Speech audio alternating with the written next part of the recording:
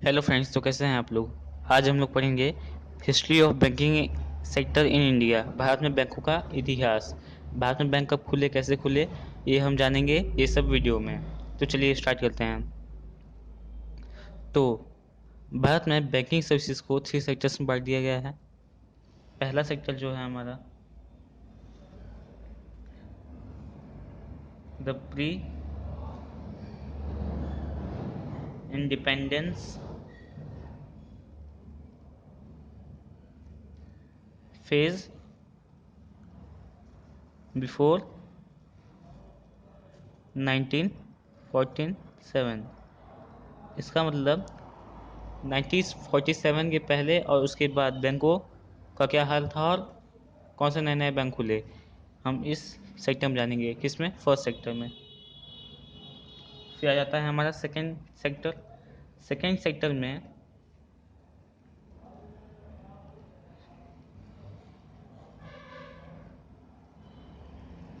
Second phase from 1947 to 1991। 1947 से लेकर 1991 तक कितने कितने नए नए बैंक खुले, हम सेकंड फेज में जानेंगे। फिर आ जाता है third phase. Third phase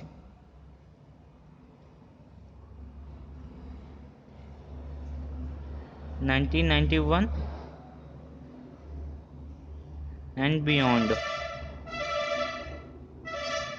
and beyond मतलब 1991 में कितने नए नए बैंक खुले और 1991 के बाद कितने नए नए बैंक खुले, हम जानेंगे थर्ड फेज में। लेकिन सिर्फ इस वीडियो में हम ये फर्स्ट सेक्टर ही पढ़ेंगे और बाकी की दो जो सेक्टर हैं वो हम दूसरे वीडियो में पढ़ेंगे। तो आज हमें ये पढ़ना है फर्स्ट सेक्टर। तो चलिए स्टार्ट करते हैं। सबसे पहले हम लोग को ये जान लेना ज़रूरी है कि भारत का पहला बैंक कौन था। ये बहुत सारे कम्पिटिटिव एग्जाम्स में पूछे जाते हैं कि भारत का पहला बैंक कौन था, कब खुला था। तो सबसे पहले ये हम लोग को जान लेना चाहिए। तो हम फर्स्ट सेक्टर पढ़ रहे हैं, first phase.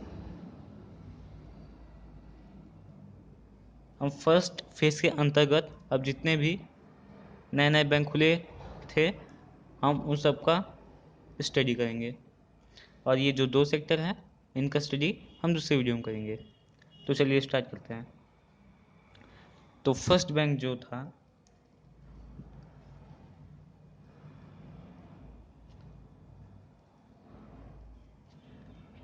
Bank of India. हम लोग का जो फर्स्ट बैंक था भारत का वो था बैंक ऑफ हिंदुस्तान। भारत का पहला बैंक बैंक ऑफ हिंदुस्तान था। कौन सा बैंक था? बैंक ऑफ हिंदुस्तान, जिसकी स्थापना इस्टेब्लिशमेंट 1770 ईस्वी में हुई थी। कहाँ हुई थी? कोलकाता में। कहाँ हुई थी? कोलकाता में। कोलकाता में हुई थी। और इसकी जो स्थापना हुई थी यूरोपीय पद्धति में हुई थी। यूरोपीय पद्धति पर अलेक्जेंडर एंड कंपनी द्वारा की गई थी। किस पद्धति पर? यूरोपीय पद्धति पर अलेक्जेंडर एंड कंपनी द्वारा की गई थी 1770 ईस्वी में। कब की गई थी? 1770 ईस्वी में, कोलकाता में। ठीक है। फिर उसके बाद सीमित देयता, जिसे कहते हैं लिमिटेड लायबिलिटी वाला बैंक। तो लिमिटेड लायबिलिटी वाला भारत का पहला बैंक जो था, लिमिटेड लायबिलिटी वाला जो पहला भारत का बैंक था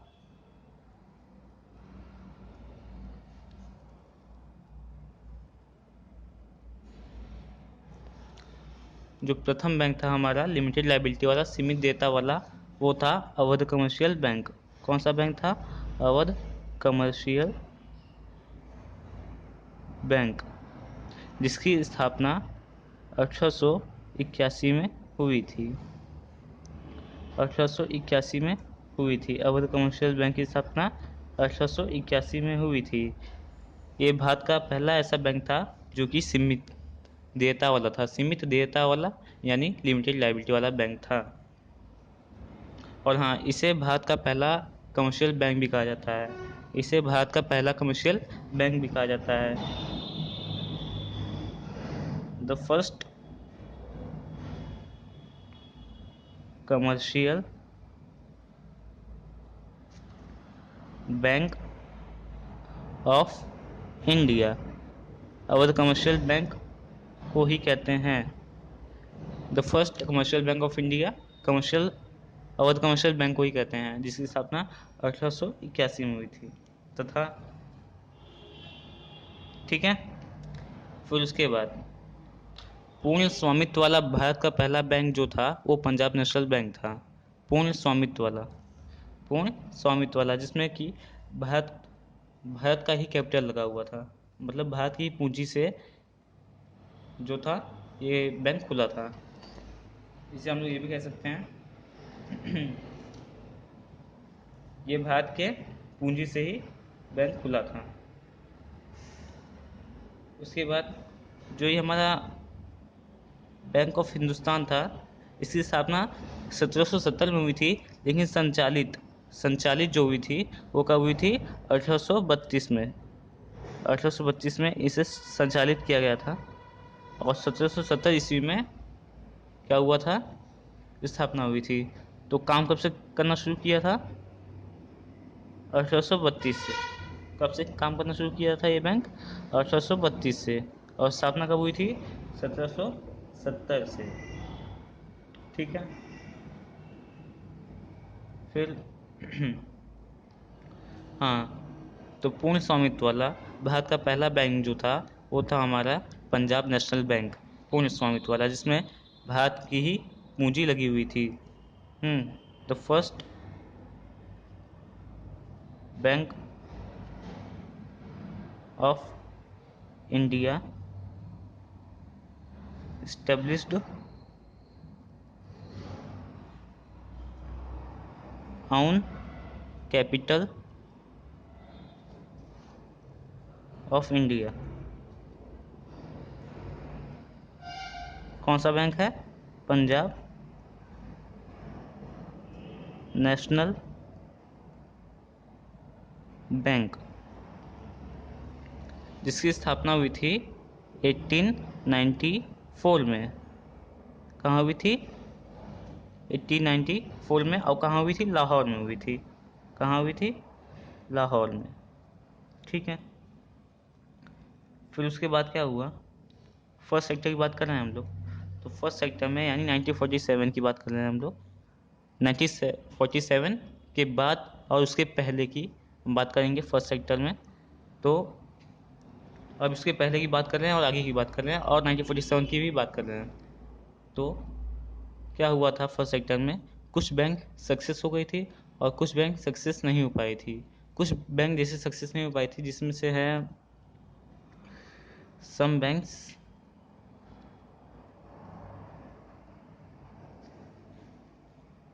आर नॉट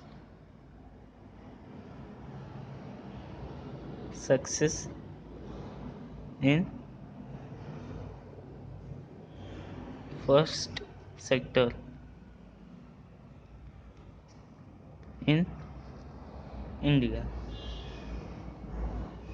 तो पहला हमारा जैसे आ जाता है, जैसे हमारा हो गया general bank of India. General bank of India, bank of India, ये भारत की ऐसी बैंक है जो सक्सेस नहीं हो पाई थी फर्स्ट सेक्टर में, जिसकी स्थापना 1786 में हुई थी, लेकिन फ्लॉप हो गई। क्या हो गई? फ्लॉप हो गई। और कब जाकर बंद हो गई? 1791 में जाकर ये बैंक बंद हो गई, फ्लॉप हो गई, नहीं चल पाई बैंक। फिर उसके बाद हमारे जैसे अवध कमर्शियल बैंक भी आ जाता है। अवध कमर्शियल बैंक भी हमारा फ्लॉप हो गया था, नहीं चल पाया था, जिसकी स्थापना 1881 में हुई थी। 1881 में हुई थी, लेकिन ये बंद हो गई थी 1968 में। 1958 में ये बंद हो गई थी। और इसे हमारा भारत का फर्स्ट कमर्शियल बैंक भी कहा जाता है। फिर उसके बाद कुछ कुछ ऐसी बैंकें थी जो सफल हो गई थी, कुछ कुछ ऐसी भी बैंकें थी जो सफल हो गई थी फर्स्ट सेक्टर में। तो हम लोग बात कर लेते हैं सम सक्सेसफुल बैंक इन इंडिया। तो पहला तो हमारा इलाहाबाद बैंक था। इलाहाबाद बैंक जो कि फर्स्ट सेक्टर में इसकी स्थापना हुई थी, जो कि अभी तक है, सक्सेस हो गई है बैंक। इसकी स्थापना हुई थी, इसकी स्थापना जो हुई थी वो हुई थी 1865 में। इसकी स्थापना 1865 में हुई थी। और फिर जैसे हमारा एक और बैंक आ जाता है पंजाब नेशनल बैंक, जिसकी स्थापना फर्स्ट सेक्टर में हुई थी और ये सफल हो गई थी बैंक, जो कि अभी तक है। इसकी स्थापना 1894 में हुई थी। फिर उसके बाद हमारे पास आ जाता है bank of India. Bank of India भी सफल हो गई थी, जो कि फर्स्ट सेक्टर में खुली थी। इसकी स्थापना हुई थी 1906 में। कब हुई थी? 1906 में। हमारा सेंट्रल बैंक ऑफ इंडिया भी आ जाता है। कौन सा bank? Central bank of India. ये जो सेंट्रल बैंक ऑफ इंडिया है इसकी स्थापना हुई थी 1911 में। कब हुई थी? 1911 में। ये आरबीआई नहीं है, ये सेंट्रल बैंक ऑफ इंडिया है, ये कमर्शियल बैंक है, भारत का कमर्शियल बैंक है। कौन सा बैंक है? कमर्शियल बैंक है, बस इसका नाम सेंट्रल बैंक है, लेकिन ये है कमर्शियल बैंक। तो इतनी जो बैंक थी ये सक्सेस हो गई थी, जो कि अभी तक एग्जिस्ट हैं, अभी भी हैं। और ये जो ऐसे बैंक्स थे जो कि सक्सेस नहीं हो पाए थे। ठीक है।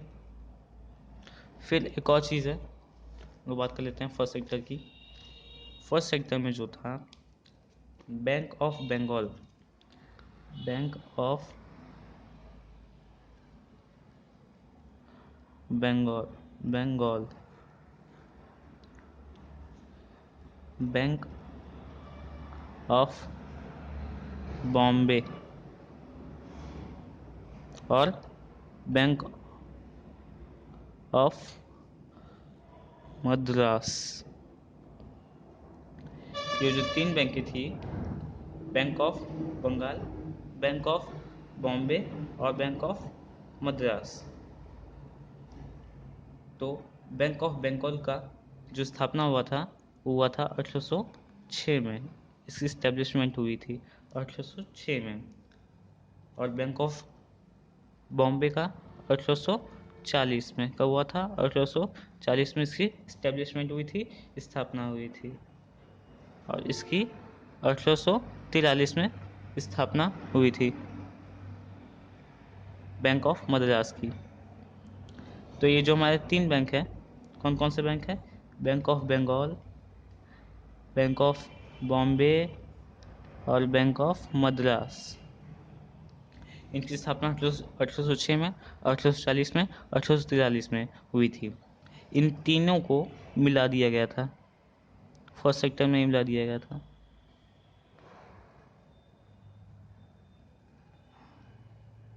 मिला दिया गया था सन 1926 में मिला दिया गया था। और क्या बना दिया था? क्या बना दिया गया था?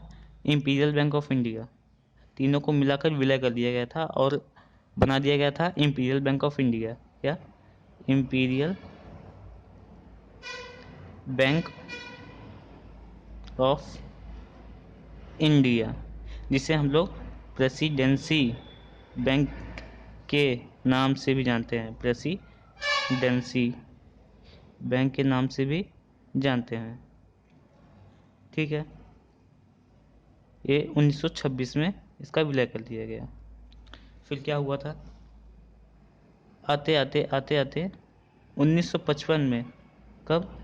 1955 में क्या हुआ कि इसका नाम बदल दिया गया। इसका नाम बदल कर रख दिया गया state bank of India, state bank of India, इसे हम लोग SBI के नाम से भी जानते हैं, ठीक है, जो कि अभी तक है, एग्जिस्ट करती है अभी तक, ठीक है। फिर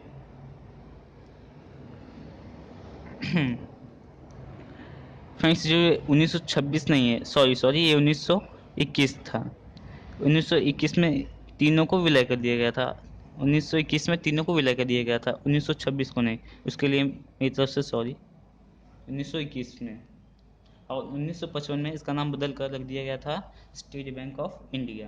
तो कोई भी अगर क्वेश्चन आ जाए कि स्टेट बैंक ऑफ इंडिया की स्थापना कब हुई थी, तो 1921 नहीं 1955 को बोला जाएगा, ठीक है। फिर उसके बाद क्या हुआ था कि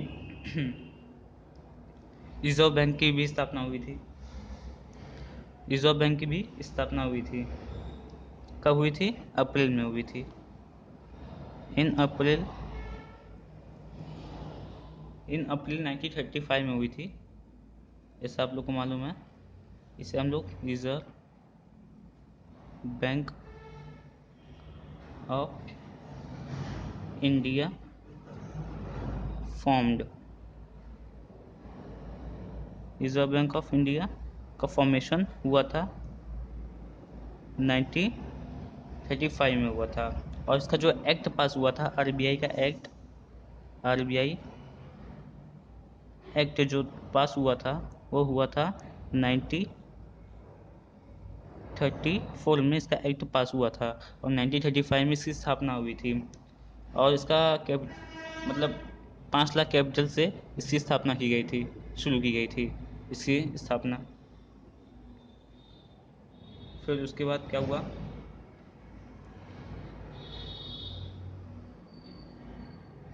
और जो हमारे रिजर्व बैंक ऑफ इंडिया है, इसकी स्थापना हिल्टन यंग कमीशन की के रिकमेंडेशन से RBI की स्थापना की गई थी। इसका एक्ट पास किया गया था, इसी रिकमेंडेशन से, हिल्टन यंग कमीशन की रिकमेंडेशन से जो है RBI एक्ट पास किया गया था। और RBI एक्ट 1934 में पास किया गया था। उसके बाद ही रिजर्व बैंक ऑफ इंडिया की स्थापना की गई थी 1935 में, 1 अप्रैल 1935 में स्थापना की गई थी इसकी। फिर फ्रेंड्स ठीक है, फर्स्ट सेक्टर में हमें इतना ही पढ़ने के लिए मिलता है, इतना ही है फर्स्ट सेक्टर में। उसके बाद आ जाता है हमारा ये, बस इतना ही है। इसके बाद फर्स्ट सेक्टर की कहानी ख़त्म हो जाती है, और अगर कुछ छूट गया होगा तो मैं आपको अगले वीडियो में बता दूंगा। फ़िलहाल अभी के लिए इतना ही। और ये जो 2 सेक्टर हैं, इसका मैं वीडियो अलग से बनाऊंगा और डिटेल में हम लोग इसको पढ़ेंगे। और कुछ जो ज़रूरी क्वेश्चन है जो हमेशा एग्ज़ाम्स में पूछता रहता है, कॉम्पिटिटिव एग्ज़ाम में, इंट्रेंस एग्ज़ाम में और बहुत सारे एग्ज़ाम्स में, मैं वैसे क्वेश्चन लाऊंगा आपके सामने और डिस्कस करेंगे हम लोग उस क्वेश्चन को। तब तक के लिए फ्रेंड्स धन्यवाद। मेरे चैनल को सब्सक्राइब कीजिएगा फ्रेंड्स, और वीडियो कैसा है ये कमेंट में ज़रूर बताइएगा। एक बार रिस्पॉन्स ज़रूर दीजिएगा फ्रेंड्स, कि ऐसा मुझे मतलब मोटिवेशन मिले वीडियो बनाने का। Thank you friends.